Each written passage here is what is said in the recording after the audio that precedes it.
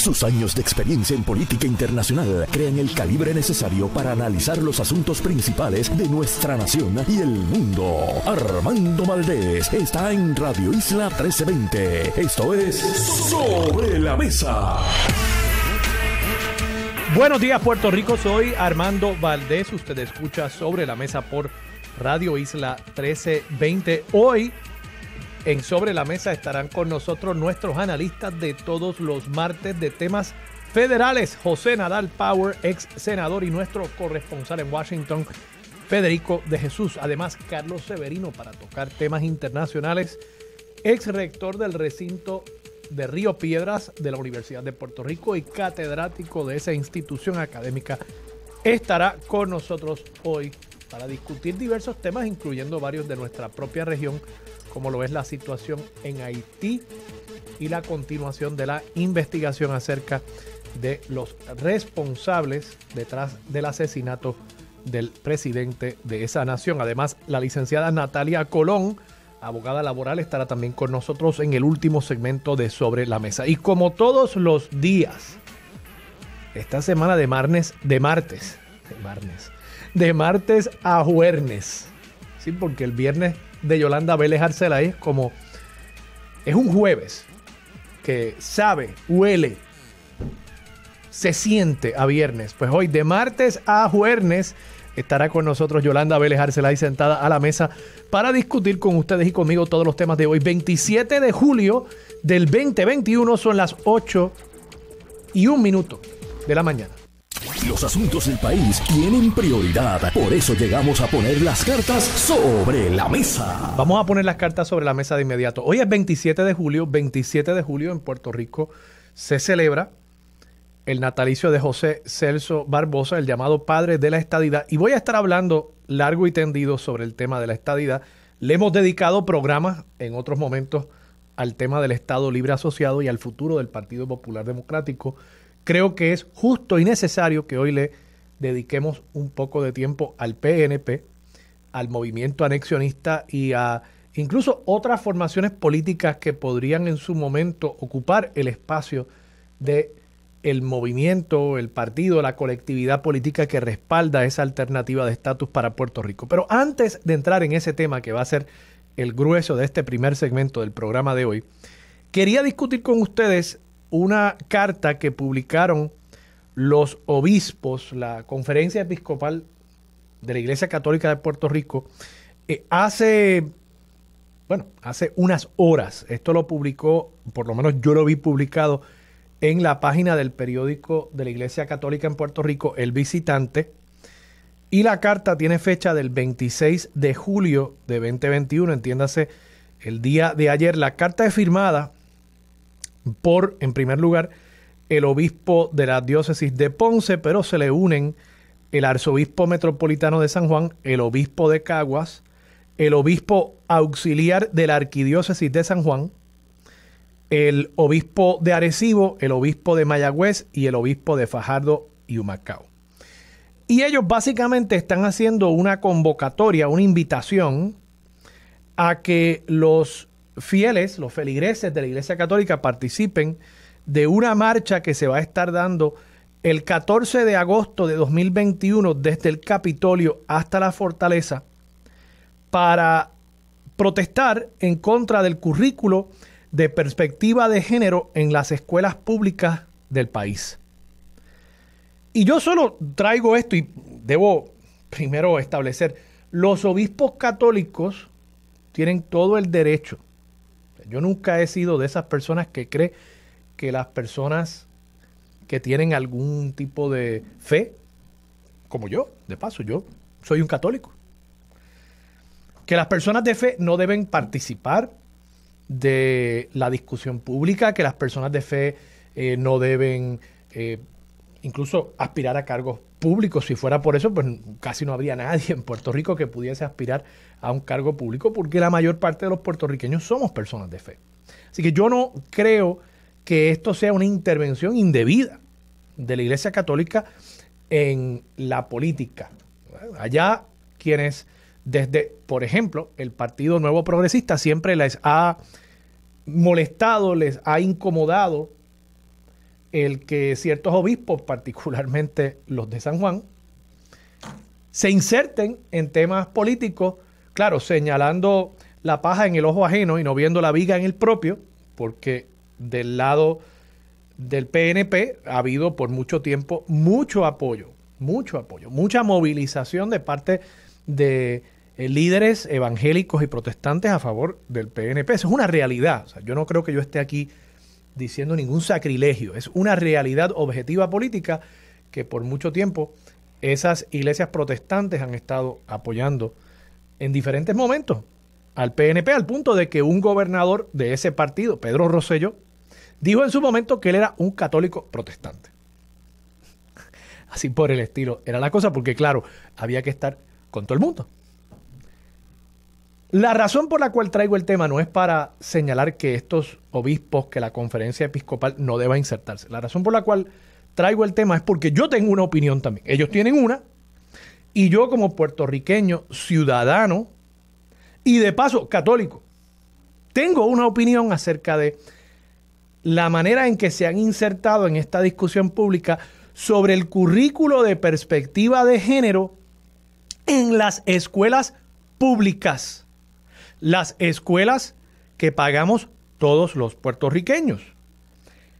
Cuando digo todos los puertorriqueños, estoy diciendo los que enviamos a nuestros hijos a instituciones privadas, los que no tenemos hijos, los que somos musulmanes, los que somos ateos, los que somos protestantes, los que somos católicos, los que somos budistas. Entiéndase, todos los puertorriqueños, los que quizás son santeros, los que se adhieren a la religión yoruba, hay muchos puertorriqueños aquí que también creen en eso, los que son de la iglesia de Scientology.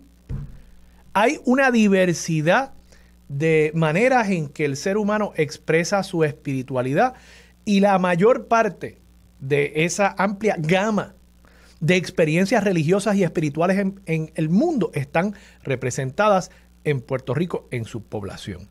Así que esas escuelas públicas que conforme a la Constitución de nuestro país deben ofrecer una educación libre y no sectaria. No sectaria quiere decir no religiosa. Esas escuelas públicas tienen que representar unos valores comunes que unan casi a todos los puertorriqueños. Que no precisamente dividan, hagan secciones, sectaricen la educación y nuestra población. Y yo creo que uno de los valores más importantes que debe promover la escuela pública en Puerto Rico es precisamente la igualdad entre los géneros, que es lo que pretende una educación, un currículo con perspectiva de género. El que los estudiantes y las estudiantes que vayan a esas escuelas salgan, se gradúen entendiendo que el varón puede hacer cualquier cosa y que la fémina puede hacer cualquier cosa. Y sí, va en ambas direcciones. Que la niña puede acabar siendo ingeniera, o puede acabar siendo plomera, o puede acabar siendo bailarina, si quisiera hacerlo. O que el varón puede acabar siendo bailarín, o que el varón puede acabar siendo diseñador de moda, o que el varón puede acabar siendo estilista, sin que eso implique que tiene cierta orientación sexual o que se ha metido en una profesión que de ordinario es para mujeres, o que la mujer se ha metido en una profesión que de ordinario es para varones. Y así por el estilo. De eso es lo que se trata el currículo y la educación con perspectiva de género. Se trata de reconocer que la manera en que nosotros hemos educado a nuestros niños y niñas tiene una perspectiva ya inserta. Claro que sí. Cuando usted decora su cuarto con ciertos colores, el cuarto del niño o de la niña, pues ya usted está comenzando a crear una construcción social. Eso es lo que es, una construcción social acerca de cómo debe comportarse ese niño o esa niña. Y así por el estilo, muchas de las cosas que nosotros decimos, las niñas son de casa, Muchas cosas que nosotros decimos a veces de manera inconsciente van creando, no es que esto sea un currículo que tenemos los padres, no es que es un libreto, no, es algo que se hereda a través de la cultura. Igual que se hereda la manera en que nosotros los puertorriqueños hablamos, que muchas veces nos aspiramos la S. ¿Verdad que eso nadie se lo enseñó a usted en la escuela? Lo acabo de hacer. Escuela, en vez de escuela. Eso no nos lo enseñó nadie. Bueno, pues el machismo en nuestra cultura tampoco nos la enseñó nadie. Digo, vamos, hay sus excepciones, pero de ordinario, esas son cosas que se van transmitiendo a través de nuestro comportamiento y a través de una serie de cosas que decimos y la manera en que se comportan papá y mamá en la casa. Y esos comportamientos, los niños y las niñas lo ven y lo replican. Y así es como que se transmite la cultura. Y de nuevo, nuestra cultura es machista. Eso no es malo decirlo. Es algo que tenemos que reconocer para poder cambiarlo. Entonces, el currículo con perspectiva de género lo que pretende es primero reconocer eso. Reconocer que hay una perspectiva machista en nuestra cultura y tratar de sustituir eso no por una cultura donde entonces coloquemos a la mujer por encima del hombre, o como dicen algunos, que es que queremos promover ciertos tipos de orientación sexual como si eso fuese algo que se pudiese promover o mercadear. No, lo que se trata es de decirle a los niños y las niñas que niño y niña son esencialmente, en cuanto a su capacidad y su potencial para participar de nuestra sociedad, son iguales. Y que el varón que es estilista no tiene que ser homosexual. Digo, estoy usando unos ejemplos aquí muy sencillos, pero es que estoy tratando, esto es un poco más profundo, estoy tratando de que entendamos de qué se trata esto. Entonces, cuando la conferencia episcopal se inserta en este tema e invita a los laicos, a los católicos, a que participen de esta manifestación del 14 de agosto en contra del currículo de perspectiva de género, pues yo tengo que expresarme y opinar para informar también a las personas que puedan leer esta carta acerca de lo que se trata esto, porque de paso la carta no entra en una discusión racional sobre qué exactamente está detrás de ese currículo con perspectiva de género. Y en las otras cosas en las que no entra la carta, de paso, es, y este quizás es mi problema principal, el señalamiento principal que traigo en cuanto a este tema, no entra en el hecho de que hay niños en Puerto Rico que hace 1 año y medio no pisan una escuela. No entra en el problema de la columna corta.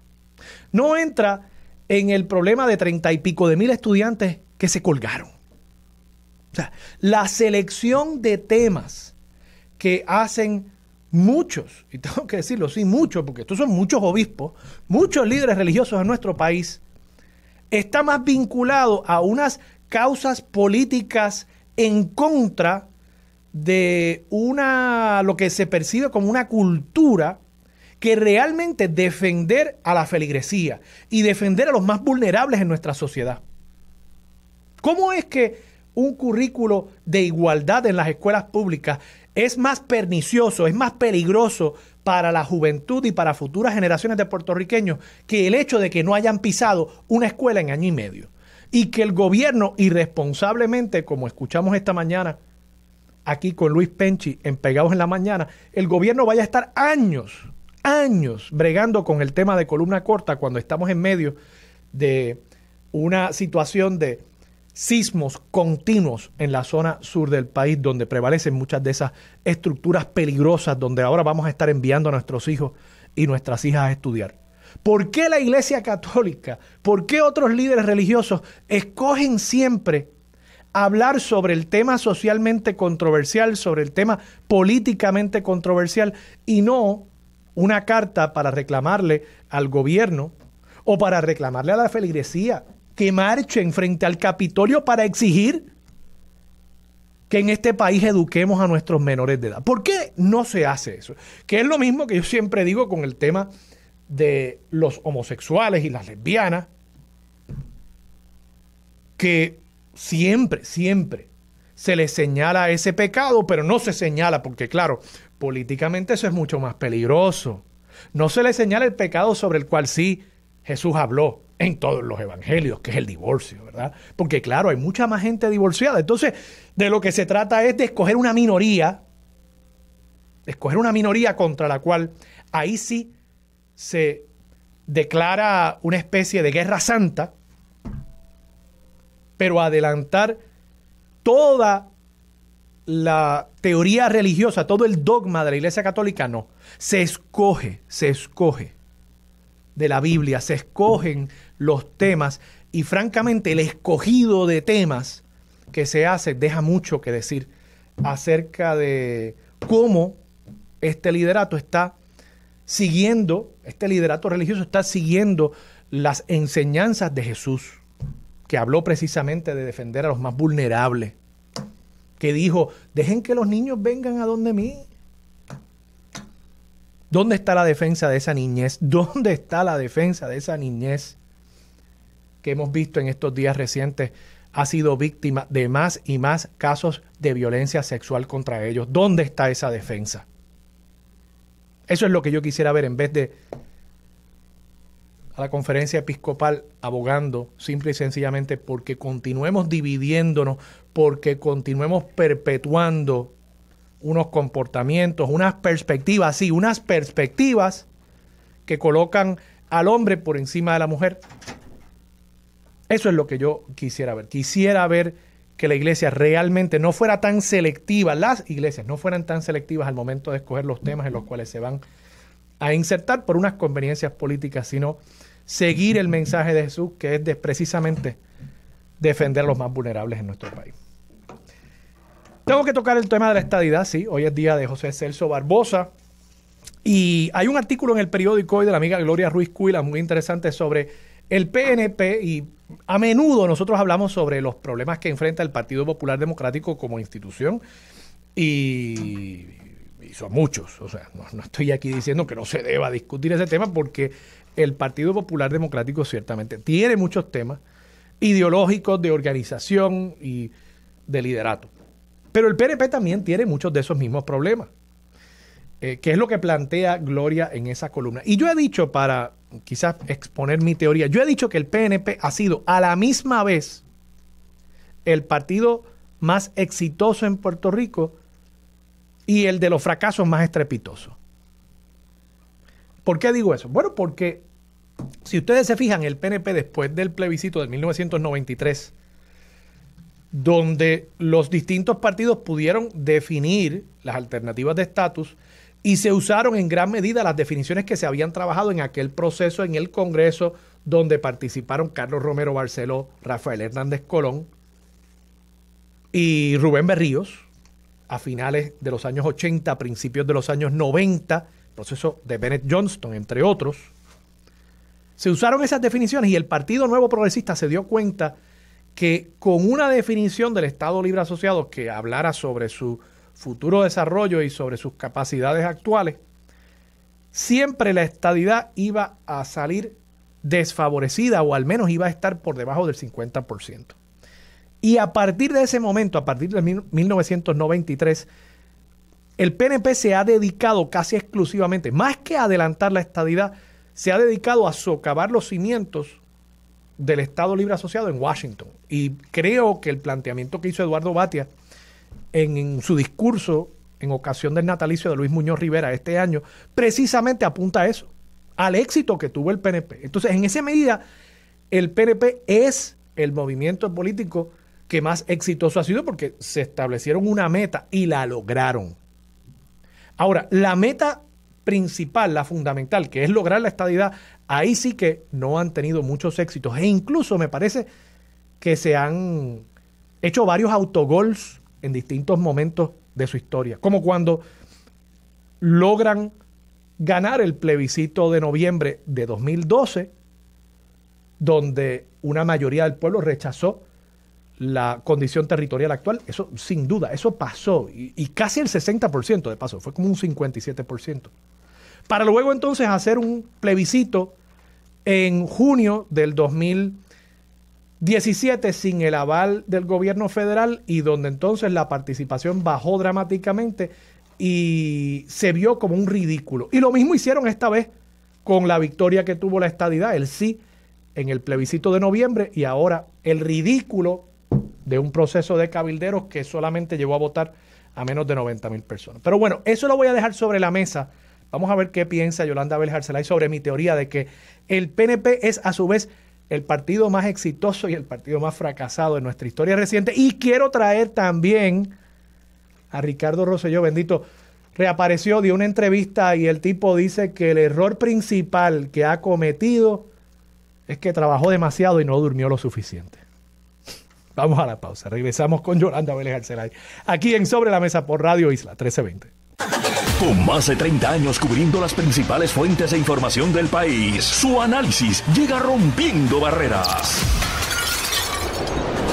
La galardonada periodista Yolanda Vélez Arcelay se une al equipo de Sobre la Mesa. Regresamos, soy Armando Valdés, usted escucha Sobre la Mesa por Radio Isla 1320. Yolanda Vélez Arcelay, te la cogiste larga. Sí, larga, pero bueno, nada, es justo y necesario. Porque sé que vienes por el lado ese, ¿verdad? Religioso. ¿Yo? Oye, saludos. Sí, bueno, te acabas de... Te oí bueno, no religioso, en el Sermón pero... de la Montaña y te pude escuchar profundamente. Sin duda coincido contigo, ¿sabes, Armando? Yo pienso... Es la selección de los temas. Yo pienso que aquí hay un problema, ¿verdad? Mira, para empezar, la gente no entiende qué es lo que es perspectiva de género y hasta, vamos a ponerlo el ejemplo más sencillo. Yo nací mujer, ¿verdad? En el concepto de la cuestión de la genitalia y todas esas cosas. Pero con los años y con la construcción social me hizo adoptar un modo de actuar y de percibir el mundo, etcétera, porque la sociedad pues permea, o sea, percola las conductas. Pero el hecho de que una niña, o sea, un bebé nazca con genitalia de niña o de niño, el lacito no debe definir, ¿verdad?, el género. El lacito, por ejemplo, el lacito rosa o el lacito azul, ¿verdad? El que le pongas la cotita azul no va a definir que ese niño se sienta niño. O que le pongas la cotita rosa, esa niña no la va a definir que se sienta niña.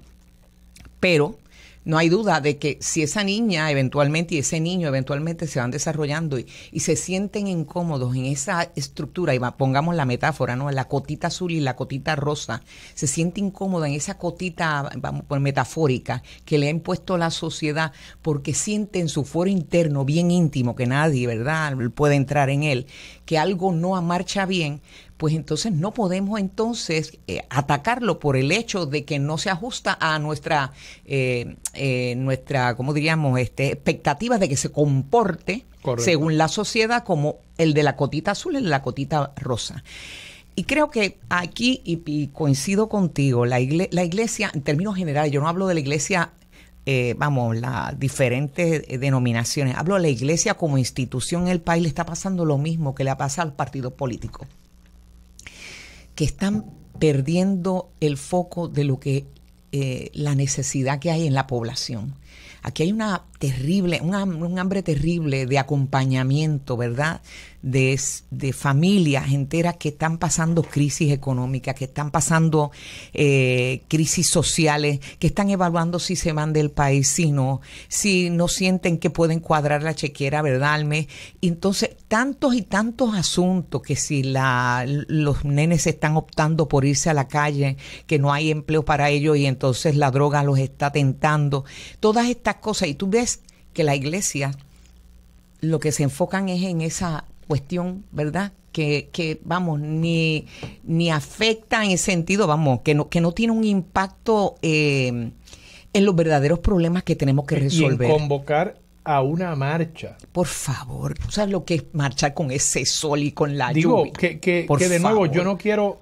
Es un calvario de someter a los cristianos a un calvario. Pero yo no quiero tampoco cuestionar el derecho de esas personas. ¿Tienen derecho? Claro. Y ni menospreciar el que puedan ahí haber 10,000, 15,000, 20,000 personas que marchen en contra de la perspectiva de género. Ahora, mi principal problema con esto es por qué ese tema ¿Y por qué no tantos otros? ¿Por qué la defensa de la niñez para el tema políticamente más controversial, más divisivo, pero no la defensa de la niñez para temas que honestamente yo percibo que aquí es que no nos importan? Oye, esto es día tras día en esta estación de radio escuchar a alguien decir que el tema de la columna corta no se va a atender, que los niños están fracasados, están encerrados, que la violencia sexual en los hogares. Entonces, tú ves todas esas instancias y de pronto salen los obispos a decir, no, pues espérate, vamos a ir a marchar el 14 de agosto en contra de la perspectiva de género. Pues mira, que se vayan a marchar, bueno, cada cual hace lo que desea con su tiempo, ¿verdad? Y con la suela de su zapato.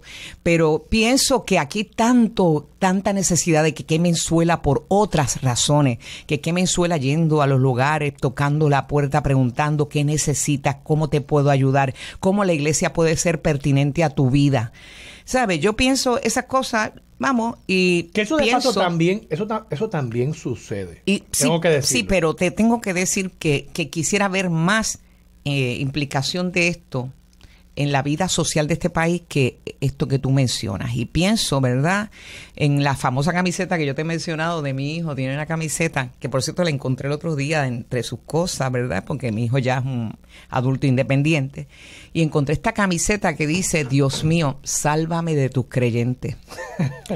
Nada, es lo único que te puedo decir. Igual pienso también en términos cuando traes el tema de lo de la estadidad, ¿verdad?, y lo del PNP, y igual el Estado Librismo, el Partido Popular, igual el independentismo en el Partido Independentista Puertorriqueño, que son los partidos históricos, ¿no? Creo que sí, que efectivamente le pasa como le pasa a estos, todos los tres principales partidos, el desgaste es terrible.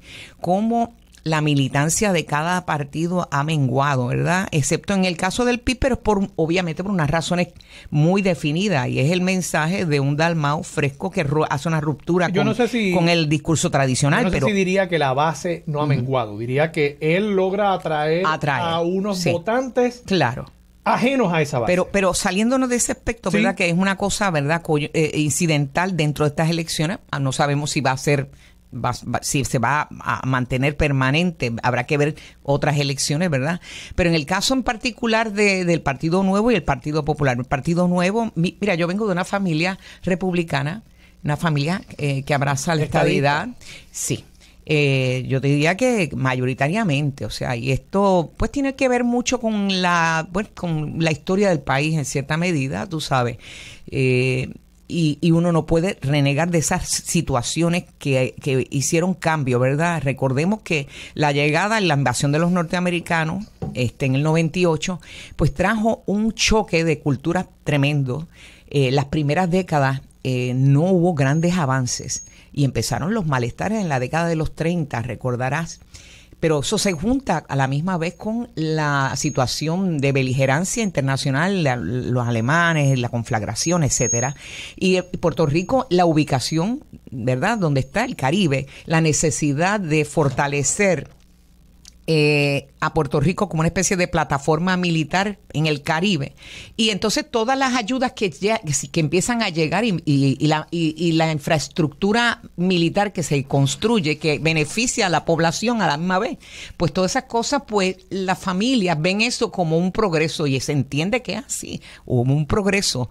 Pero a la misma vez los partidos tienen un desgaste tremendo, porque usando, como diríamos, el credo, cada cual, de yo te voy a traer la estadidad, se entretuvieron en administrar, ¿verdad?, lo que es lo llamado, entre comillas, el poder, porque el poder real no existe aquí, no está en Puerto Rico, y lo estamos viendo ahora.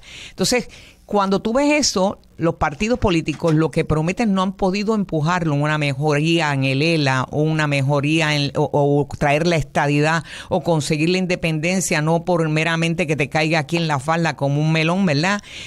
Todas estas cosas hace que como digamos, el capital de credibilidad de los tres partidos principales históricos se ha menguado terriblemente. Y es interesante, hay muchos, incluso alcaldes citados en este artículo de Gloria de hoy, planteando que perciben que la base siente que han abandonado el tema de la estadidad en favor de la administración de la cosa pública, del presupuesto, y bueno, es un planteamiento interesante porque en cierta medida, Yolanda, yo sí creo que el PNP ha cometido unos traspiés en su defensa de la estadidad y han habido momentos donde lo han abandonado. Ahora, también es casi injusto realmente pedirle al PNP que traiga la estadidad, porque es que la estadidad no está disponible para Puerto Rico, por lo menos en este momento. Pero o sea, no es que sea injusto, es que... quieren formar otro grupo, pero es que ese otro grupo va a tener los mismos problemas que tiene Pero el PNP. volvemos a lo mismo, Armando.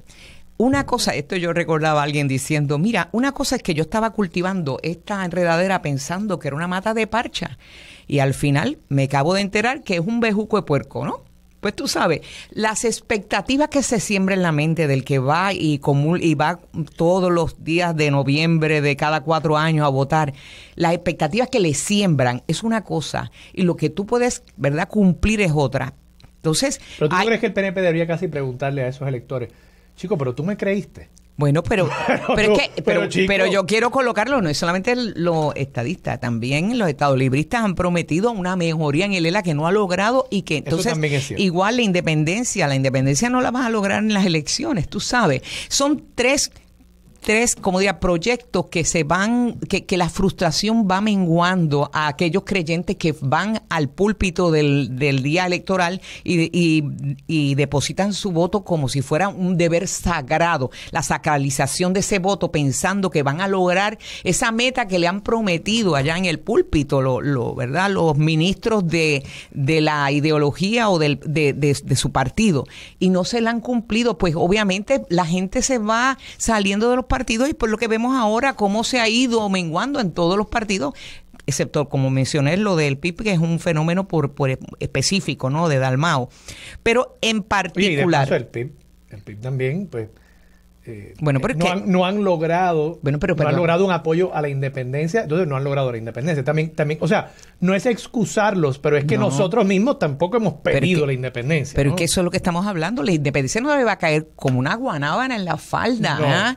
No. Se va a lograr en cada elección cada 4 años. No, yo estoy claro, sí. pero igual, reclamarle al Partido Independentista puertorriqueño, oye, no has logrado la independencia, chicos, hay que formar otro grupo. Pero volvemos. Bueno, pues, no lo hemos pedido tampoco. Pero volvemos, los 3 franquicias le prometen a sus electores. Si las franquicias prometen, el elector, que es un consumidor de esa franquicia, espera que tú le cumpla, o no aquí no hay DACO para poder reclamar. Entonces, lamentablemente, allá en Washington ven eso y dicen, qué bueno que están desunidos, y nosotros nos recostamos aquí, olvídate, mientras ellos sigan allá peleándose, Yolanda, porque la frustración nos hace pelear, ese es el problema. Yéndonos a la pausa, te dejo con esta cita, y no te pido que me digas quién lo dijo. Te lo voy a dejar sobre la mesa, entonces tú adivina a ver. Yo casi. En otros aspectos un poquito más biológicos. Yo sé que esto suena raro, pero yo prácticamente dejé de dormir, ¿verdad? Después del huracán María. Yo estaba durmiendo en promedio 1 a 2 horas al día, y eso tiene un efecto. Ay, Dios mío, señor, qué cosa más patética. Bueno. Vamos a la pausa. Regresamos con Yolanda Vélez Arcelá y su reacción a esa patética cita de quién sabe... Who knows who? Amigos, la trivia de hoy. La trivia de hoy. ¿Quién dijo esa cita? Vamos a la pausa. Regresamos con más de Sobre la Mesa por Radio Isla. Los asuntos de toda una nación están sobre la mesa. Síguenos con el análisis y discusión en Radio Isla 1320. Esto es Sobre la Mesa. Regresamos. Soy Armando Valdés. Usted escucha Sobre la Mesa por Radio Isla 1320. Yolanda, te dejé sobre la mesa una cita de una persona que dice que dejó de dormir después del huracán María. Estaba durmiendo en promedio 1 a 2 horas al día, y eso tiene un efecto.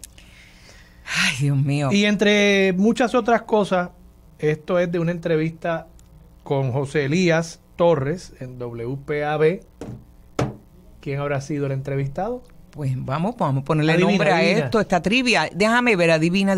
Eso que estamos buscando, como decían los genios, ¿verdad? Tiene iniciales RR. Sí. Estamos cerca. Sí, estamos cerca. Déjame ver. Caliente. Bueno, pues tiene que ser obviamente el muchacho, ¿no? El muchacho. Ricardo Rosselló, nuestro ahora representante ante el Congreso, ¿sabes? Madre. No es poca cosa. Tú sabes que yo insisto, el absurdo no puede validar lo absurdo, ¿no? Eso de representante, yo sé que tú lo dices de modo cínico, pero en la radio el cinismo no se capta, ¿verdad?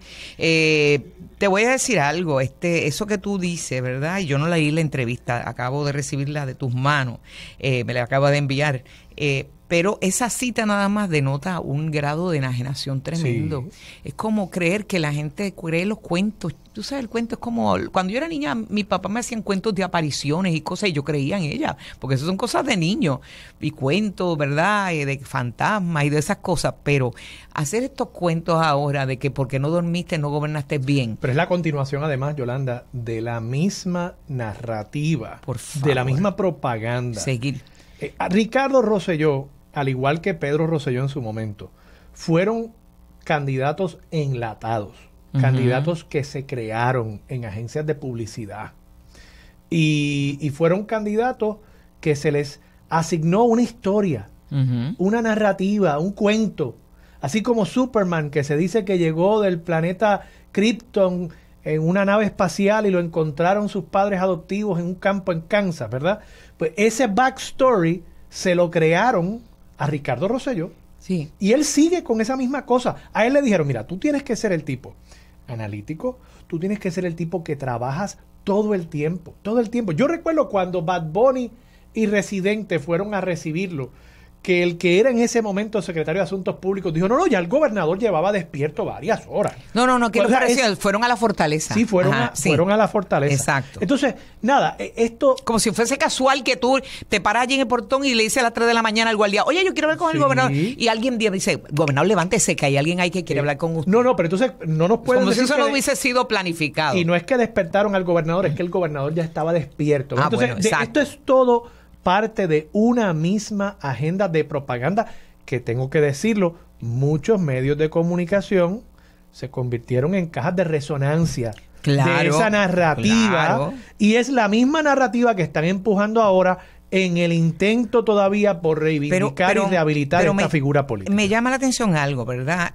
He escuchado muchos medios de tirada general a nivel de la isla, ¿verdad? Hablamos, por ejemplo, medios como El Nuevo Día, Vocero, telediarios que reclaman una entrevista a Ricardo Rosselló, pero observo que la entrevista la da a una estación regional. ¿Cuál es la? Déjame ver, es PAB, ¿verdad? Es WPAB. WPAB, 550. Me llama la atención eso, que Ricardo Rosselló busca bordear, ¿verdad?, los medios más de mayor tirada, de mayor alcance, etcétera, y recurre a una estación, ¿verdad?, local, que no está mal, que está bien, es una buena estrategia, pero no deja de llamar la atención. Y es una gran estación de WPAB. Sí, claro, hombre, la región sur es bien poderosa, pero hablo que no, el alcance isla no es exactamente el mismo. Aunque bueno, también hay esas cosas, ¿verdad? También están cambiado mucho con esta cosa digital, ¿no? Pero llama la atención que ya me dicen aquí que entrevistaron al ex gobernador Ricardo Rosselló. Alguien, no voy a decir el nombre, pero de la región sur, me dicen que hubo cierta verdad. Yo lo puedo entender porque como él no está dando entrevistas, lo trataron un poco más suave. Pero tan pronto cambia la entrevista y van a donde Mayita, que es la segunda entrevista, aparentemente, es lo que me dicen aquí, fue a Bimbazo limpio. y los dos son delegados de la estadidad. Yo ni la escuché esta entrevista, ni la leí. Plegadiza, como en una de esas lucha libre. Parto de una observación que me hace un amigo que ¿verdad?, que fue conocido en un momento dado, y entonces no lo voy a identificar porque no me autorizó, pero que lo escuchó las dos y él le dice, pero caramba, me llama la atención. Puedo entender que hay cierta diferencia a que él, ¿verdad?, la primera entrevista que da, supongo yo, a medios locales, pero creo que le dio una entrevista, de paso, lo vi durante el fin de semana. Él está tratando. Está entrando por la cocina. Está entrando por la cocina. Él está escogiendo unos medios, debe estar negociando un trato en esas entrevistas.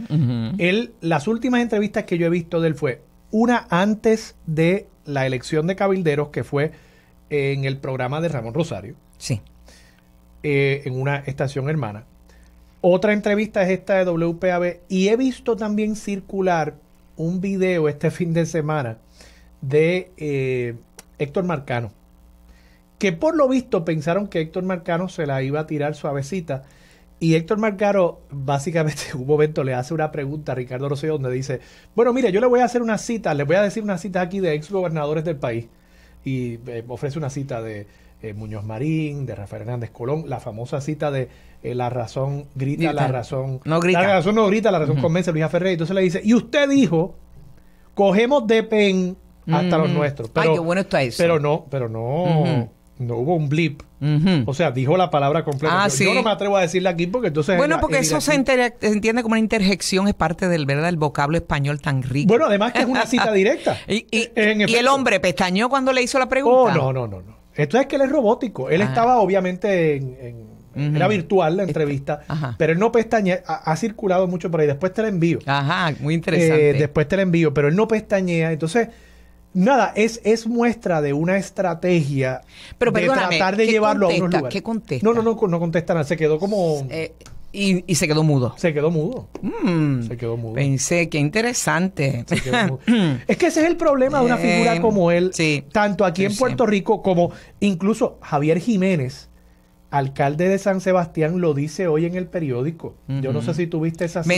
Mencionó que la selección de este hombre... Él dice, el alcalde opinó además que la entrada a esa papeleta del exgobernador Ricardo Rosselló provocó que más PNP participaran en la elección. Bueno, si eso provocó que más personas participaran, bendito, si no estaba ahí, eso iba a ser una cosa terrible. Pero dice además, al mismo tiempo dijo que la entrada del exmandatario a la contienda colocó como punto focal de la consulta su regreso a la política activa y dejó en un segundo plano el objetivo exclusivo de esa elección. Sí, en esa entrevista Javier, el alcalde de San Sebastián, Javier Jiménez, bastante crítico, ¿verdad?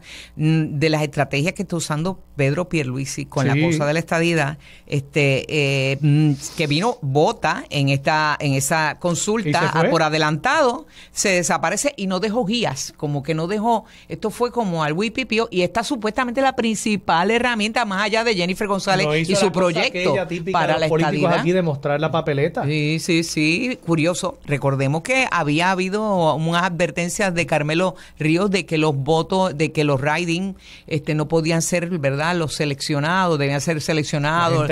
Sí, pero ese discurso se fue perdiendo en el camino y Pedro Pierluisi optó por no confrontar, por aceptar y decir, bueno, me hacen falta los 50,000 votitos esos que obtuvo Ricardo Rosselló, eventualmente. Déjame problemas con eso. No menos agitar el bote. Oye, yo creo que Javier Jiménez trae un punto que hemos discutido aquí tú y yo. Sí. La inserción de Ricardo Rosselló en todo este proceso, y él lo está viviendo. Él es una distracción ambulante. Él no puede ir a una entrevista, aunque sea negociada, sin que tengan que surgir esos temas, porque es natural. Y entonces le crea un problema al movimiento estadista, porque cuando él toque a la puerta de esos congresistas liberales que le hace falta al movimiento estadista para adelantar la causa de la estadidad, esos congresistas que están apoyando, digamos, la estadidad de Washington, D.C., ellos van a querer sentarse a hablar con una persona que dijo lo que dijo sobre la comunidad LGBT, sobre los gorditos, sobre las mujeres. O sea,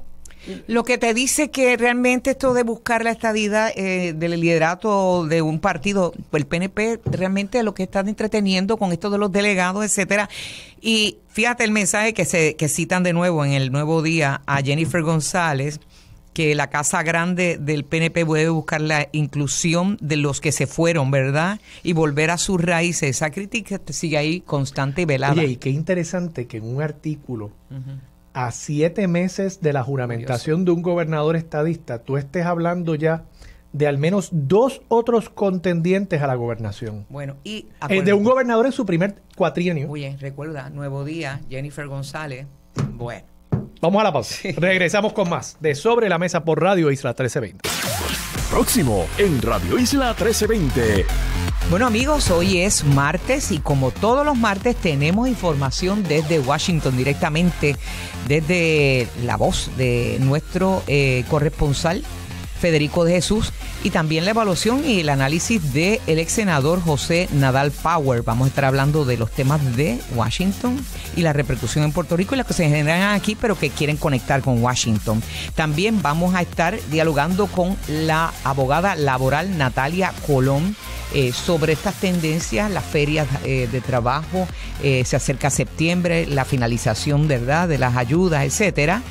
Y claro está, sobre temas de política internacional, porque están pasando cosas sumamente importantes y tenemos para esto al ex rector y catedrático Carlos Severino. Todo esto en breve.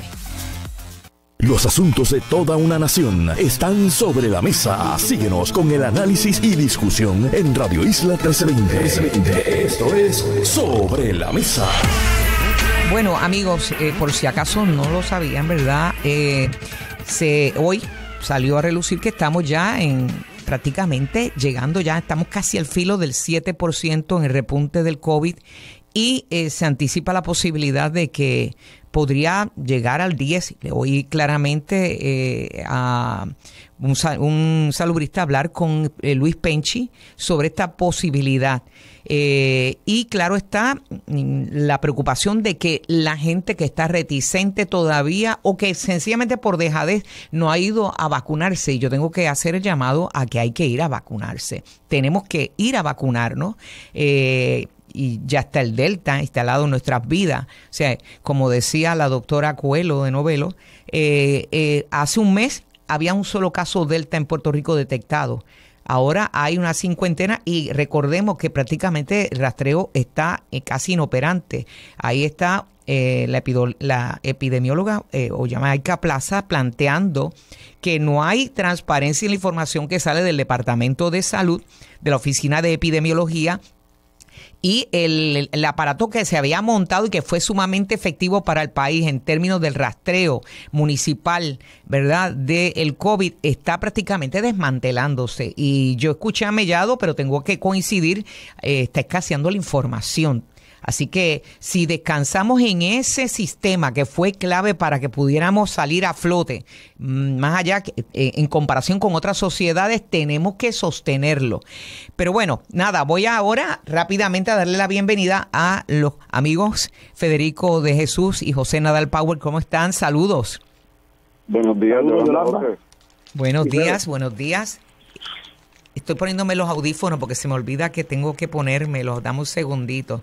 Cuando yo me quedo sola aquí en la cabina, se supone que los escuche por audífonos. Saludos a ambos.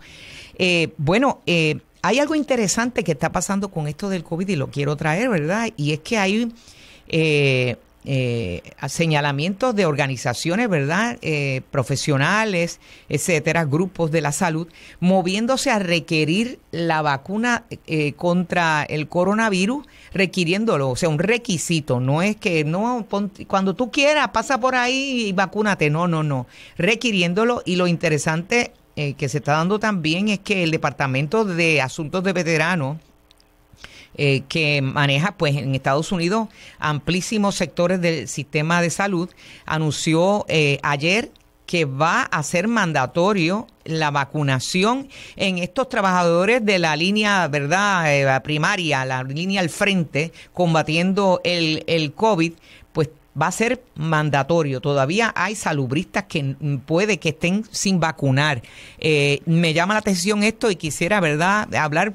Cuéntame, Federico, ¿la tendencia es arropando a Estados Unidos o esto es una cosa aislada?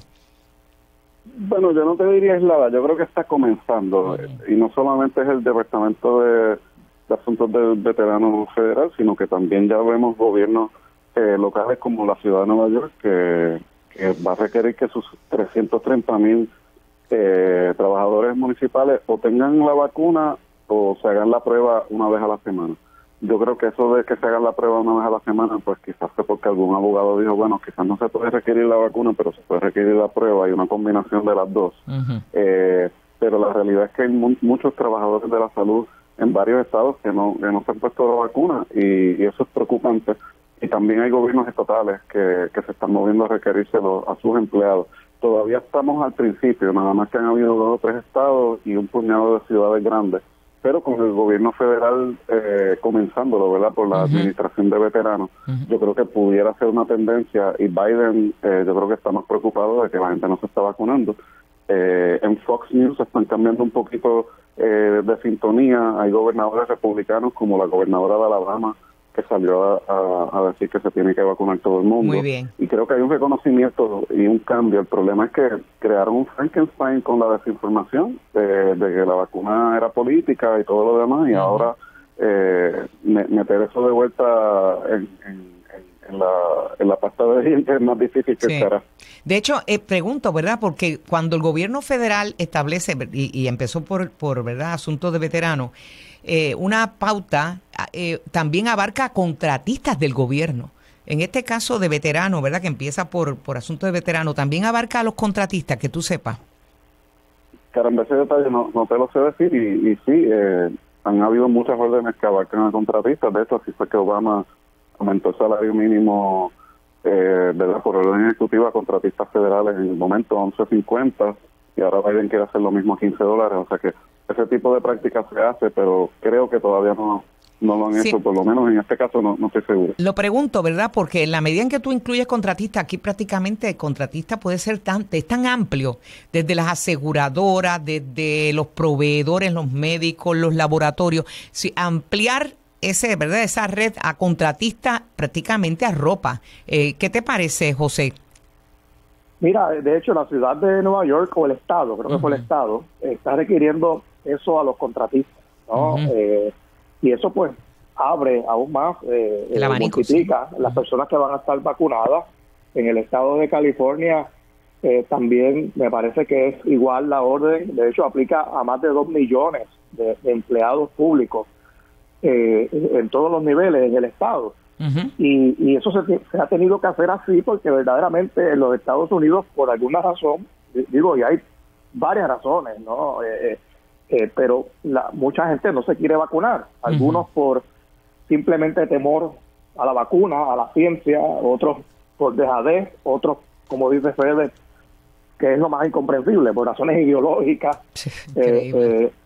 Y la pregunta es, bueno, pues o los obligo, pues, o si no, ¿cómo los convenzo? ¿No? Porque no puede ser que a una persona le cause más temor la vacuna que el virus, ¿no? Que si hay algo desconocido y peligroso es el virus, no la vacuna. Es increíble. ¿Cuánta gente ha muerto de virus versus gente que haya muerto por no se quieren morir con la vacuna y se entregan de lleno a lo que sí mata seguro, que prácticamente, o sea, que tiene un impacto mucho de mortandad, no es no todo el mundo, pero tiene un alcance brutal, ¿no? La enfermedad, el coronavirus.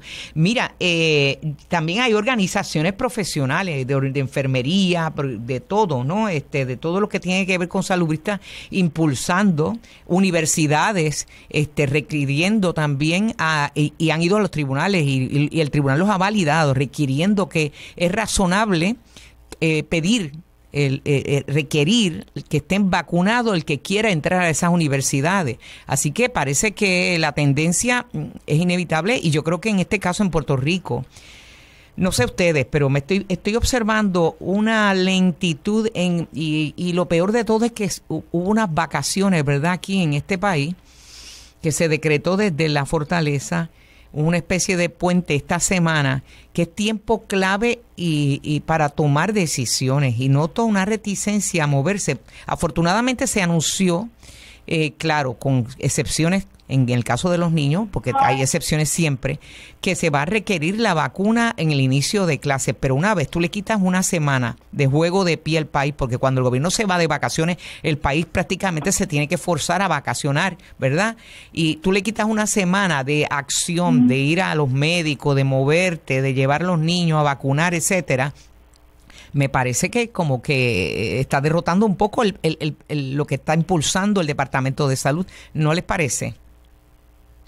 Bueno, y de hecho que creo que leí que las clases en Puerto Rico van a empezar una semana o unas cuantas semanas antes. Sí, una semana, bueno, sí, correcto, sí, una semana antes. Sí, por algo del sindicato, de que necesitan darles vacaciones, o sea que las escuelas tienen que estar listas, las del sur pues no se han reconstruido todavía, así que va a haber gente que todavía tiene que bregar con eso. Y sí, pues es menos tiempo que hay, pero los paradores necesitan el dinero, Yolanda, chica, no. Bueno, pero que podemos vacacionar y también seguir funcionando y atender la salud, claro está. Yo quería también hablar sobre esto de que sale hoy en el periódico. El presidente de la Comisión de Recursos Naturales de la Cámara Federal, Grijalva, planteando que va a retomar este tema de las enmiendas a la ley promesa. Yo no sé si el hombre va en serio o no. Te pregunto, Federico, ¿cómo tú ves las maniobras de Grijalva? En cuanto a la ley promesa, yo creo que el congresista Grijalva tiene un compromiso genuino. Él después del verano del 19 hizo unas modificaciones a su proyecto de ley de enmiendas a promesa y lo presentó. Sé que quiso llevarlo a votación en la comisión, cosa que el liderato demócrata el año pasado no le permitió hacer. Y este año lo quiere volver a retomar. Hay ya varias personas, varias entidades escribiéndole con sugerencias, incluyendo los alcaldes federados y asociados que se unieron, cosa que no se ven muy a menudo, pidiéndole que la Junta se vaya luego de 6 meses que se acabe la reestructuración. El problema ya es que los acuerdos que está llegando la Junta, aún con el comité de acreedores no asegurados y otros, pues limita el radio de acción que una legislación así pueda tener. Y francamente, parte del propósito de legislación así era, igual que la ley de retiro digno, un mecanismo de presión para las negociaciones, pero esas negociaciones están a punto de culminar y hay un temor genuino de que esos acuerdos de reestructuración no son sostenibles, no son factibles en el término legal y que Puerto Rico va a tener que de aquí a 5 o 10 años volver a reestructurar, cosa que no tiene la capacidad legal de volverlo a hacer. O sea que legislación así, si fuera a presionar para que la Junta llegara a mejores acuerdos por Puerto Rico, puede ser útil, pero el tiempo apremia. Y francamente no sé qué otros elementos vaya a incluir Grijalva y qué voluntad haya, si alguna, en el Senado para atender esa legislación, que yo creo que es remota. Así que yo lo veo, de la mano. No sé cómo lo ves. José, ¿qué tú crees? Mira, a mí me parece muy positivo ese esfuerzo de Grijalva. Creo que hay que hacerlo, hay que discutir ese tema en el Congreso. Hemos visto en las últimas semanas cómo la Junta, por lo menos a mi juicio, se ha excedido en los poderes que les confiere promesa con este tema, por ejemplo, de los camioneros. Cómo la Junta se puede meter en una decisión de política pública como esa, que no tiene nada que ver con la deuda pública, con nada. Tampoco veo el vínculo con el plan fiscal. No, lo usaron al principio, ahora lo han disimulado un poquito, sí. Por eso, y eso es estirar el chicle demasiado, y yo creo que las cosas se tienen que discutir a nivel del Congreso. Hay, como dice Fede, ciertas negociaciones que se han hecho con los bonistas que seguramente no son sostenibles de cara al futuro, sobre todo lo que tiene que ver con los instrumentos de valor contingente, el CFDI, que es este pago adicional que habría que hacer cada vez que la economía de Puerto Rico crezca y el gobierno recaude más. Sí. Pues entonces nunca vamos a salir del hoyo. No, eso le amarra las manos a los gobiernos futuros, no importa el partido. Y hay cosas que todavía que hay que combatir, y porque ciertamente, a mi juicio, no han sido para beneficio de Puerto Rico, aunque hayan acertado en otras decisiones, pero hay cosas que no han sido. Tú traes un punto muy muy válido, ¿verdad? Y es que cuando podamos sacar la cabeza del agua un poco, respirar un poquito, ahí vuelve otra vez a ahogarnos, porque si mejora, el dinero no es para mejorar el país, es para entregárselo a los acreedores. Y entonces la gran pregunta que está rondando en la cabeza de todo el mundo es ¿hasta cuándo la Junta va a estar aquí? Porque si no se le pone fin, como bien decía Federico, la Junta prácticamente está estableciendo unos criterios, se habla de casi una veintena, 17 criterios, que tiene que haber, ¿verdad?, para terminar sus trabajos en Puerto Rico y prácticamente el 70% de esos criterios no se han cumplido.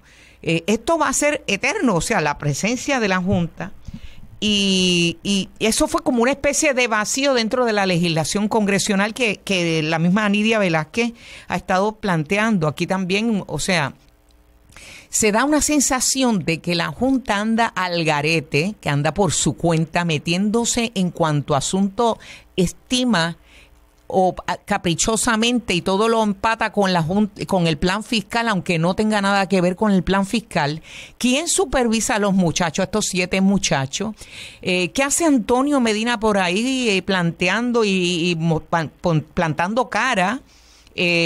Cuando no ha podido probar que esto está en el plan fiscal, cuando lo que aduce, ¿verdad? Por ejemplo, en el caso de los camioneros, que es el último incidente y que también hay issues que hay que evaluarlo, ¿verdad? Pero que él plantea que hay hay estudios económicos que dicen que eso nos va a afectar.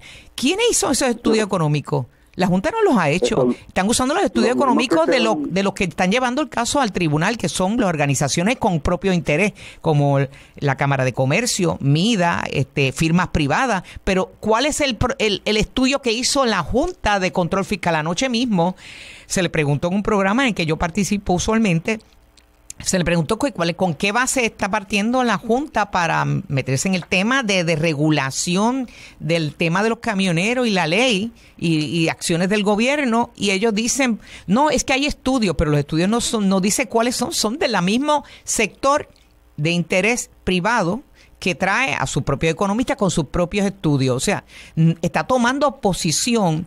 ¿Y dónde queda la posibilidad de que estos seres humanos que están dentro de la Junta de Control Fiscal no incurran en conflicto? Lo que plantea Nidia Velázquez continuamente, Federico. Bueno, varias cosas. Cuando la ley 80, la Junta estaba empecinada en derogarla, hablaban de estudios también y no los presentaban, y cuando los presentaron, pues la legislatura no les creyó, y de hecho como Rivera Chat se enfrentó a Ricardo Rosselló en eso y bloquearon esa legislación.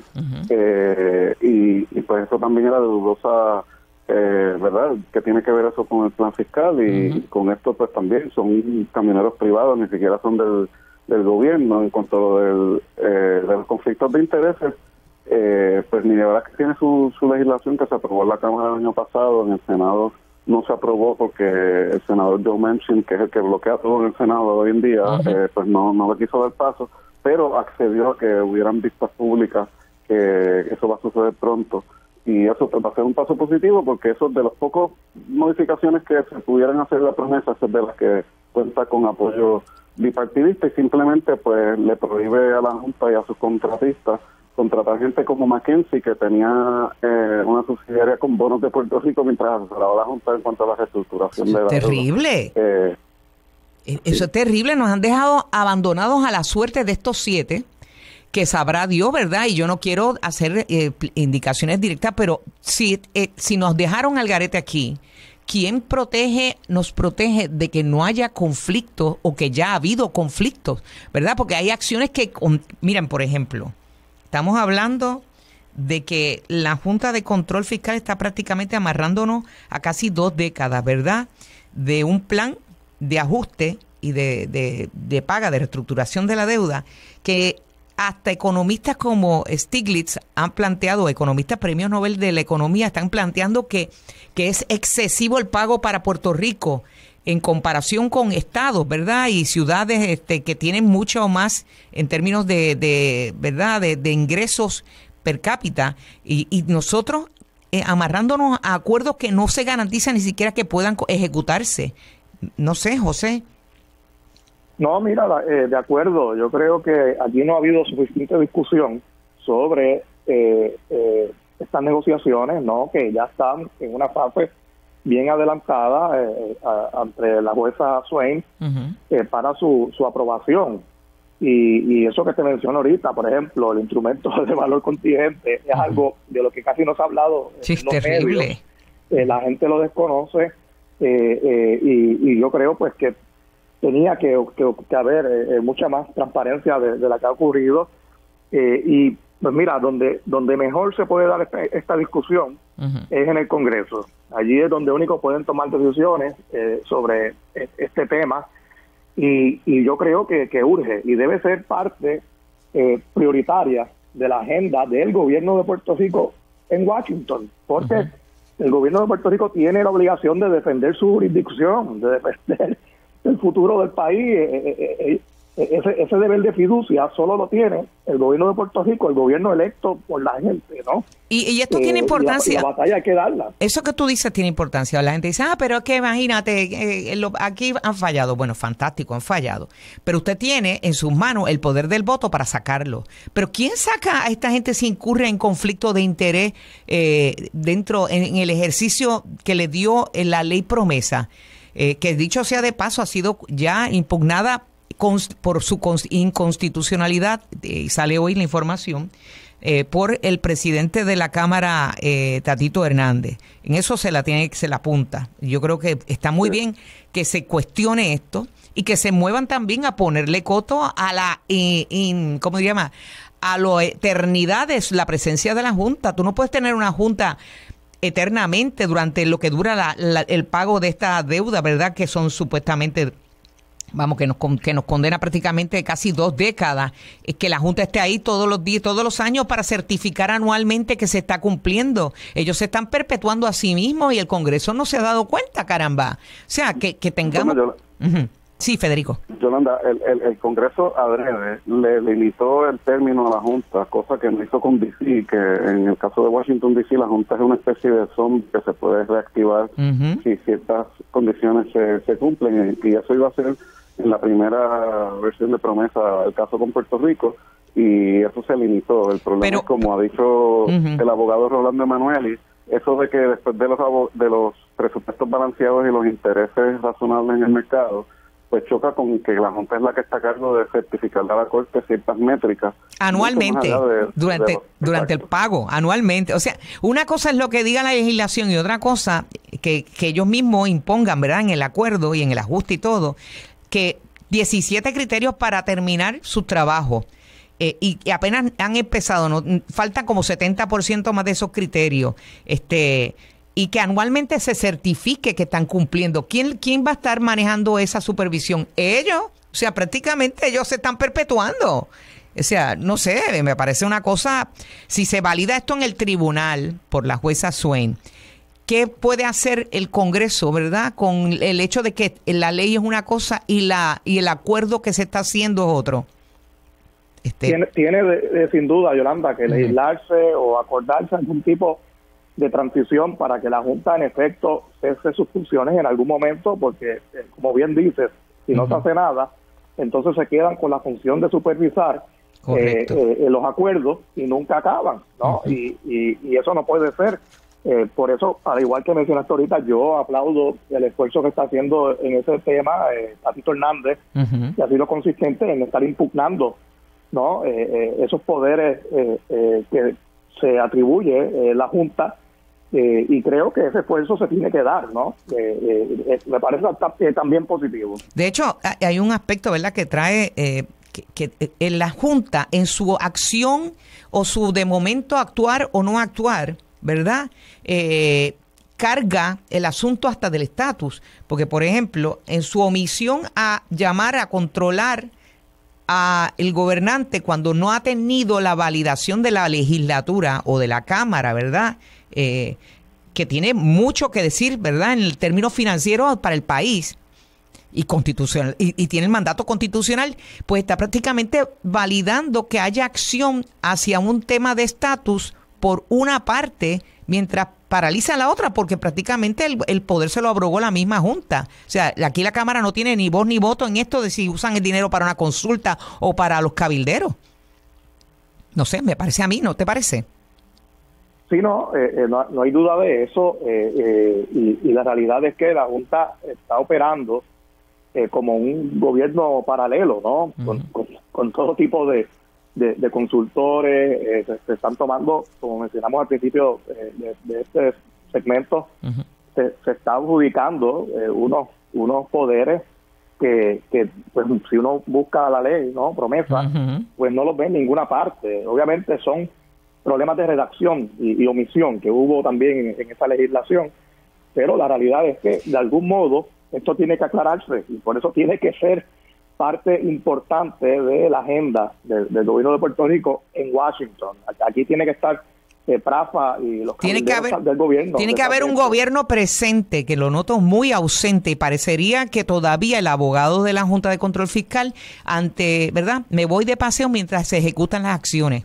El gobernador hoy reaparece nuevamente, va a estar allí en la actividad de José Celso Barbosa, pero hay muchas cosas que están pasando y que él está ausente, como decía el propio alcalde de San Sebastián, parece enajenado de lo que está pasando, y en ese vacío, ¿quién entra y quién controla y quién día a día está actuando? Pues la Junta se abrogó el poder de dictar política pública y todo lo demás, eso es evidente. Pero bueno, nada, se me ha terminado el tiempo. Gracias a Federico de Jesús y a José Nadal. Sí. Perdona, Federico, dime. Bueno, es que no, ya me tumbaron la llamada. Bueno, pues nosotros vamos a la pausa y en breve regresamos para hablar con otro de nuestros asesores en esto de política internacional, que es el doctor Carlos Severino. Los asuntos de toda una nación están sobre la mesa. Síguenos con el análisis y discusión en Radio Isla 1320. Esto es Sobre la Mesa. Bueno, amigos, hay muchas cosas pasando a nivel internacional. Entre otras, recordarán que el presidente Biden había ordenado, se había ordenado desde un poco de Trump, de la época de Trump, retorno de las tropas de Afganistán. Pero el presidente Biden este lunes anunció que Estados Unidos va a recoger, ¿verdad?, su misión de combate en Irak. Sus últimos esfuerzos más bien van a ser diplomáticos, etcétera, y que va a estar dando apoyo, pero que no va a ser una misión militar.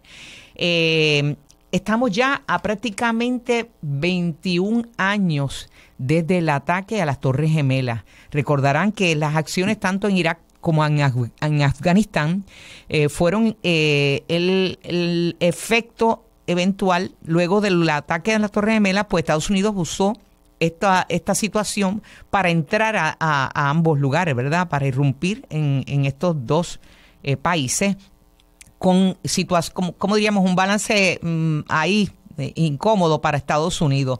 Vamos a dar de inmediato la bienvenida a Carlos Severino para que nos dé su impresión de lo que está pasando ahí, en esta zona, ¿verdad? Que nos ha afectado tanto a nosotros también, porque la política, obviamente, nuestro agente, nuestros soldados han tenido que ir a lugares como estos. Así que, bienvenido, Carlos. Muy buenos días, Yolanda. Saludos. Saludos. Sí, correcto. En efecto, pues, el presidente Biden ya anunció la retirada de tropas de Irak, que conjuntamente con el retiro de las tropas de Afganistán y que ya hace año y medio el presidente propio Trump había dicho que iba a salir de Siria, pues pone básicamente final a, como tú ya dijiste, 20 años de intervenciones militares en la región, y eso pues trae muchas preguntas a nivel geopolítico.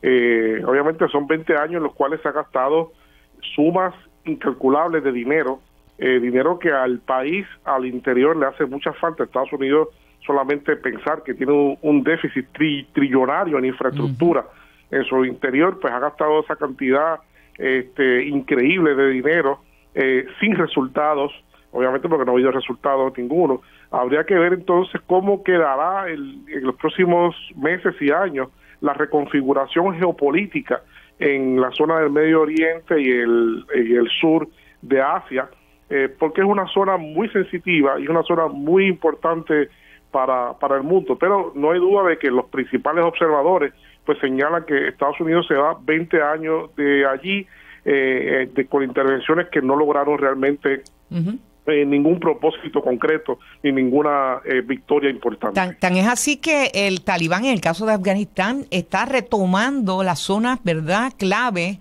y hay temor por los que fueron, ¿verdad?, un poco apoyaron a las tropas estadounidenses.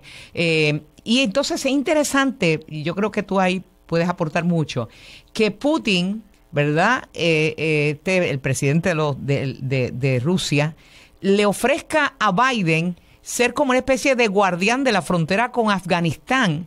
Y recordando que la antigua Unión Soviética, el puntillazo para ¿verdad? Para el declive eventual y el eventual desmoronamiento de la URSS fue Afganistán.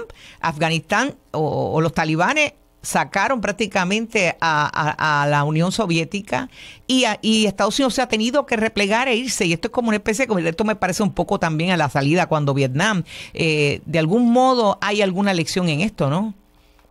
Sí, hay lecciones importantes, y esto es bueno que tú lo traigas porque es algo bien significativo.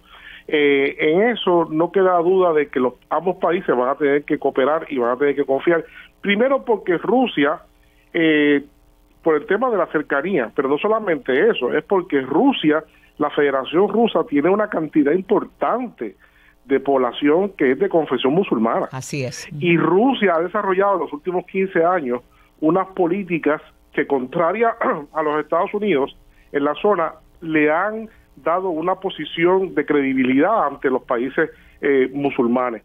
O sea que la garantía de interlocución de Rusia es muy sólida, porque así se lo ha ganado, y porque para Rusia esto es un problema de seguridad nacional interna, no externa, interna en el país, porque está a sus puertas, está a sus puertas. Está a sus puertas, está allí, y manejar esta población, integrarla, pues ha sido una demanda muy importante que los rusos se han tomado muy en serio y lo han hecho con bastante éxito. De hecho, valga solamente recalcar que han logrado una presencia muy fuerte en Siria, por ejemplo, en el propio Afganistán también tienen interlocución importante. Así que esto no es un asunto retórico, esto es una realidad, sí. Es un área de cooperación, porque el talibán ahora mismo no veo forma alguna de que pueda ser detenido por nadie. Va a ser el poder en Afganistán tarde o temprano. De eso no cabe duda. Es triste, ¿verdad? Yo pienso, ¿verdad? Por el avance del talibán en términos de las mujeres en Afganistán, vamos, que son prácticamente reducidas a no ir a estudiar, no adelantar nada en términos profesionales, pero ese es el país y son ellos los que tienen que buscar la salida a esto, sostenerlo artificialmente por potencias extranjeras. Ya le pasó a la URSS, a la Unión Soviética, y Estados Unidos al tener que salir y ver cómo ellos avanzan, te dice que era casi imposible, estaba pegado con agua, con saliva, ¿no? Esto de la posibilidad de que Estados Unidos aguantase la fuerza del talibán. Sí, eso es correcto. Eso es correcto, pero el talibán, hay que decir, no es el mismo talibán de hace 20 años atrás. El talibán ha evolucionado y ha cambiado. Sigue siendo de lectura extremista, del Corán, pero ha cambiado sus tácticas y estrategias políticas, han cambiado al interior. Se ha modificado un poco, ya veremos lo que sucede. Efectivamente. Bueno, pero está pasando algo interesante también en Medio Oriente, y recordemos la llamada primavera árabe.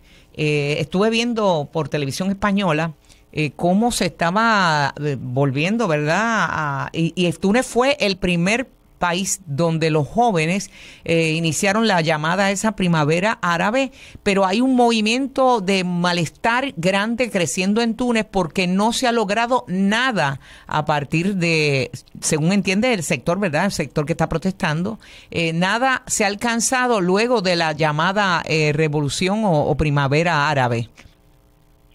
Mira, en Túnez parece que el tiempo no ha pasado, se ha quedado retratado exactamente donde estaba hace tantos años, y como ya tú dijiste, pues 10 años de crecimiento nulo de la economía, deterioro de los parámetros socioeconómicos del país, particularmente un desempleo juvenil grandísimo que va por encima del 40%, tal y como estaba en aquel momento. Y además, en este momento, no solamente en Túnez, sino en muchas partes, la debilidad estructural de muchas economías y de muchos países en términos socioeconómicos ha quedado muy frágilmente retratada, muy fuertemente afectada con el tema del coronavirus. Sí. La crisis allí no solamente es económica, sino también es de salud. Están muriendo, según los reportes que hemos podido ver, 200 personas diarias en un país de 11 millones de personas. Wow. Y los hospitales están abarrotados. O sea, Túnez está en una crisis grande y el presidente ha decidido responder suspendiendo las garantías constitucionales, asumiendo el liderato absoluto del país, suspendiendo el parlamento por un mes y cesando al primer ministro de inmediato, Hashim Mechichi. Así que el país está en las calles en protesta por lo que ven que es algo que han traicionado el espíritu de la propia revolución que ellos hicieron en el 2011 y están en pie de guerra, como se dice, en pie de lucha. Exacto. Sí. Bueno, es interesante, o sea, al malestar que pueden tener cada país, o sea, las poblaciones con sus dirigentes y sus mandatarios, el efecto de agente catalizador, ¿verdad?, del COVID es dramático. Lo vemos ahí en Túnez, lo vemos en, Bolsonaro en Brasil, lo vemos en Cuba, lo vemos, es un precipitante también incluso para malestar en hasta las llamadas democracias, o sea que no se salva ninguno del impacto de esto. En la misma Francia hay un malestar en las calles tremendo, bien potente. Bueno, es que no hay nada que preocupe más a la gente que cuando se amenaza la propia vida, ¿verdad? Entonces la vida se amenaza con esto, no solamente de personas en sí mismas, sino de sus familiares y ese tipo de cosas. Así que la situación es extremadamente delicada en muchas partes del mundo con este tema del coronavirus, pero sobre todo, fíjate que son los países que más han tenido problemas económicos, los que tienen problemas económicos, cuyas estructuras pues quedan, se desploman, ¿no?, económicamente ante un fenómeno tan fuerte y tan multilateral como lo que es el impacto del coronavirus. Desde luego, pero parece, bueno, hay que estar pendiente. Yo estuve observando lo de Brasil. Brasil también está, según la encuesta, Bolsonaro está en situación crítica frente, ¿verdad?, a las encuestas electorales, ¿no? ¿Qué te parece eso? Todas las encuestas, primero el apoyo de Bolsonaro está por el piso, ha decaído totalmente y todas las encuestas lo ven perdiendo ampliamente y además, pues como si fuera poco, todas las encuestas ven ganando a la intención del voto ampliamente a Lula da Silva. Increíble, ¿verdad? Impresionante. Eso es lo más irónico. Después de lo que sucedió, que lo encarcelaron, que se ha visto que ha sido todo un montaje, un fraude colosal, porque ese montaje de la Vallato fue una cosa increíble, que nos pone, que trae muchas preguntas, que no han sido contestadas. Oye, la judicatura metida hasta el cuello en la política. Y cómo la gente tiene que comenzar a entender cómo se utiliza la corrupción también como una herramienta política, ¿verdad? Que es lo trágico en esto, es que saben que la gente rechaza la corrupción, pero hay sectores políticos que entonces utilizan la corrupción para aniquilar la oposición política. Claro, y le fabrican caso, ese tipo de cosas, ¿no? Pues estos son los famosos lawfare. Vamos a estar atentos a esto, ya mismito, ¿verdad? En las próximas semanas, porque estas cosas van a seguir en desarrollo. Te agradezco mucho, Carlos. Yo sé que estás muy ocupado y gracias por tu tiempo. Yo te secuestro todas las semanas en la medida en que tienes el tiempo. Gracias por participar aquí en Sobre la Mesa. Amigos, escucharon a Carlos Severino, ex rector y catedrático universitario. Volvemos en breve para hablar del tema laboral con la licenciada Natalia Colón. Los asuntos de toda una nación están sobre la mesa. Síguenos con el análisis y discusión en Radio Isla 1320. Esto es Sobre la Mesa. Bueno, amigos, antes de pasar al tema laboral, quiero decir algo relacionado con lo que está pasando en Rincón. Es increíble la carencia de gobierno que existe en este país. Prácticamente la inacción o el decirse ha creado un caos allí en Rincón. O sea, me explico. La Agencia de Recursos Naturales, que es la vigilante, la que debería estar en el ¿verdad?, en la primera línea de batalla para hacer valer la ley, se ha cruzado de brazos y terriblemente, pues aquí falta liderato para hacer entender, ¿verdad?, que no, este país, las costas, ya no es una fotografía como antes de María. O sea, esto no se quedó detenido. El mundo cambió. Tenemos que entender que hay un cambio climático. No todo un pulseo y un forcejeo casi creo que las testosteronas están ahí muy agitadas. Pero hace falta entrar en razón. O sea, la zona marítimo terrestre que hubo antes de María ya no es una fotografía detenida. El cambio climático, todo ha hecho que el mar haya aumentado y que haya entrado y que haya desdibujado esa fotografía que hubo. Por tanto, no se puede reclamar el derecho propietario en una cosa que ya no existe. Yo creo que aquí hace falta mucho liderato y visión por parte de gobierno, y no sé qué es lo que está pasando tras bambalinas, que un secretario de Recursos Naturales actúa y de momento se desdice. Evidentemente hay un pulseo tras bambalinas que no hay modo de explicar. Un gobernador ausente pidiendo paz y en el cielo gloria, y una policía que tiene severas estipulaciones en el tribunal por violaciones de derechos civiles, actuando del modo más torpe. Y vuelvo y también se lo digo a los que protestan, cuidado con desplazar el protagonismo de lo que es el asunto a meramente, ¿verdad? Quién empuja más y quién forcejea más. Pero creo que ante la carencia de un liderato en el gobierno de aplicar las leyes como deben ser, han provocado este caos allí. O sea que esto es la consecuencia, no nos confundamos. El issue no es si allí hay unas personas empujando a otras y la propiedad privada. El issue es calentamiento global, zona marítimo terrestre que ya no existe, y la propia seguridad de los condóminos allí al establecer una infraestructura que puede incluso atentar contra ellos mismos. Yo creo que hace falta sensatez y madurez en esto, por favor. Y gobierno, si tenemos unas leyes, utilícenlas. Y también vamos a evaluar una nueva ley de costas, como han estado planteando científicos y personas empapadas en esto. Vamos a hacer valer la ley. Pero ¿para qué son las leyes y los mapas y todo lo que se ha promulgado aquí? Se pierde el tiempo, se bota el dinero y no nos damos cuenta que el agua nos está arropando. Bueno, quiero rápidamente entonces dar la bienvenida a la licenciada Natalia Alexa Colón. Saludos, Natalia. Buenos días, Yolanda, encantada de estar en tu espacio. Qué bueno. Usted, como experta laboral, pues le escuché el otro día en un programa en que participo hablar sobre la ineficacia de el gobierno, o mejor dicho, sí, de la agencia de gobierno y de los componentes que estimulan, ¿verdad? Incluso empresas privadas, las ferias en las que lo que se logra reclutar es mínimo. Y me gustaría que nos explicara qué es lo que está pasando.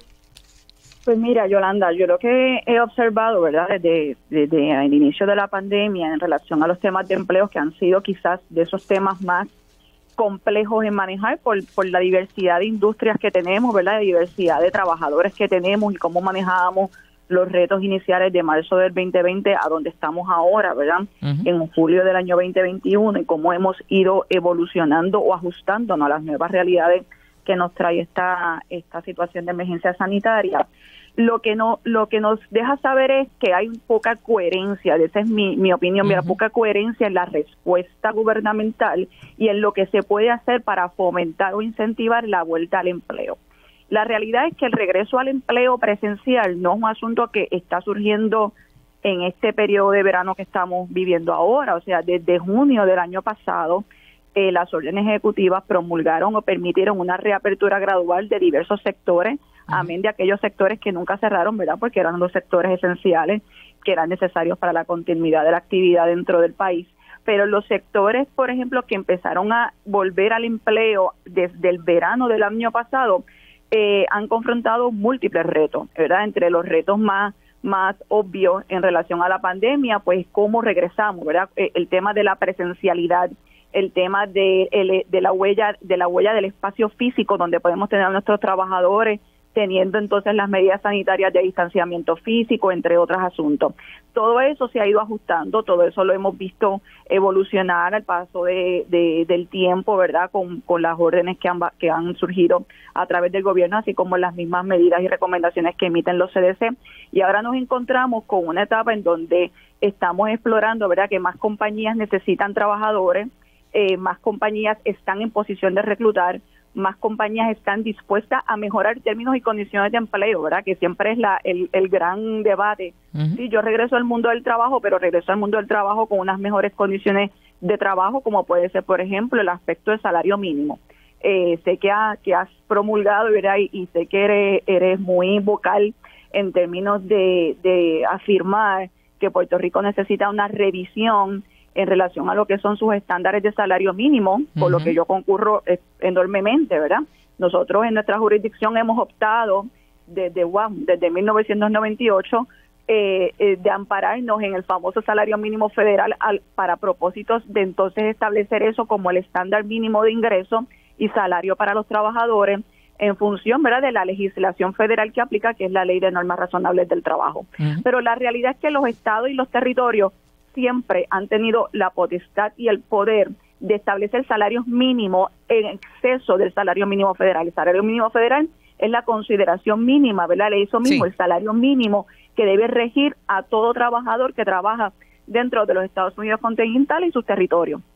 Dicho eso, sabemos que hay una aspiración, ¿verdad? Porque no conozco mucha más información, aunque estoy de lleno en este mundo, ¿verdad?, del derecho laboral. Hay una aspiración de que se hagan unas recomendaciones al gobierno a través de una comisión creada por el gobernador en relación a lo que son esos posibles escenarios de ajuste de salario mínimo a nivel estatal, ¿verdad?, territorial en el caso nuestro, y cómo ese salario mínimo puede impactar, por ejemplo, diversas industrias, ¿verdad? Ahí está la teoría de que el salario mínimo sea establecido a base de las industrias y sus capacidades económicas. Así era en Puerto Rico antes de 1998, cuando teníamos una junta de salario mínimo adscrita al Departamento del Trabajo que regulaba a través de decretos mandatorios condiciones específicas para cada mercado y para cada industria. ¿Qué es lo que estamos experimentando en el contexto de la pandemia? Mira, pues hay una resistencia, definitivamente, o sea, los números están ahí, ¿verdad? El informe que emite el Departamento del Trabajo a través de la encuesta del Grupo Trabajador nos lo deja saber. O sea, ante la oferta de empleo, que lo vemos, yo creo que todo el mundo va a cualquier negocio y cualquier local y ve el letrero en alguna esquina que dice se solicitan empleados. Y eso, a mi juicio, ¿verdad?, y como experta en el área, pues hace tiempo que yo no lo veía, para ser muy honesta, ¿verdad? Pero ¿qué está fallando en sí para lograr que lleguen? Porque se nos está acabando un poco el tiempo y quisiera entender. Pues que está fallando, que la estrategia sigue siendo la estrategia básica de buscar que los trabajadores lleguen a un lugar para precisamente ver qué ofertas hay. La realidad es que el gobierno tiene medidas de incentivar el empleo. Yo te voy a decir una muy puntual que a mí me llamó la atención en estos días. Anuncia el Departamento de la Vivienda un incentivo adicional distinto al desempleo y al PUA, ¿verdad? Un incentivo para propósitos de pagar, ¿verdad?, o asistir a las personas que hayan entrado en atraso de sus pagos de rentas y utilidades. Entonces, las consideraciones están un poquito complicadas, yo las estuve estudiando, y en esencia se trata de personas que puedan probar dentro de unos estándares salariales que han tenido o una merma de ingresos o un aumento de gastos. Y yo creo que todos podemos decir que hemos tenido aumento de gastos con la pandemia. Pero ¿por qué entonces no utilizar esa estrategia de incentivar precisamente a las personas que están en el mercado de empleo, que están haciendo de triple antes que entren en crisis, claro. Antes que entren en crisis, correcto. Eso es una medida de incentivar el empleo. Otra medida específica que tenemos que atender porque se nos va la vida aquí es que llevamos más de un año con nuestros niños fuera de las escuelas. Y el efecto el efecto además de la educación, que ya tú sabes que esa es un área que yo vivo apasionada por eso, pero el efecto en las trabajadoras, en las mujeres particularmente, es monumental. ¿Por qué? Porque han tenido que optar por cuidarse en sus casas para atender a sus hijos en la medida en que ya no existe ni una sola licencia especial que las proteja. Y la realidad es que muchos patronos han buscado muchas alternativas para retener a su personal, pero ante la extensión del tiempo en que los trabajadores no pueden volver a su rutina diaria, e incluso ahora tenemos una reapertura escolar en agosto, ¿verdad, anunciada? Yo, licenciada, creo que usted ha dado en el clavo en dos puntos clave, que es que no es meramente, es que lo ponen como si fuera un asunto de vagancia. Gracias por esos puntos, porque yo creo, vamos a seguir remachando y en algún momento lo voy a volver a llamar porque me están tocando ya que tengo que soltar la cabina, pero creo que has tocado los puntos medulares. Aquí se pretende que el trabajador regrese, sí, obviando realidades que el propio gobierno está incurriendo en ayudar, en no ayudar a estos trabajadores. El cuido y los problemas la lentitud con que se despacharon las ayudas provocó morosidad y ahora a su vez crea problemas. Pues vamos a atender esto antes de que se vuelva un problema de morosidad. ayude a los que están ya trabajando. Gracias a la licenciada Natalia Alexa Colón. Voy a volverla a llamar en algún otro momento para tocar el tema. Y se me ha terminado el tiempo. Lo próximo es Mili Méndez en Radio Isla, en Dígame la Verdad.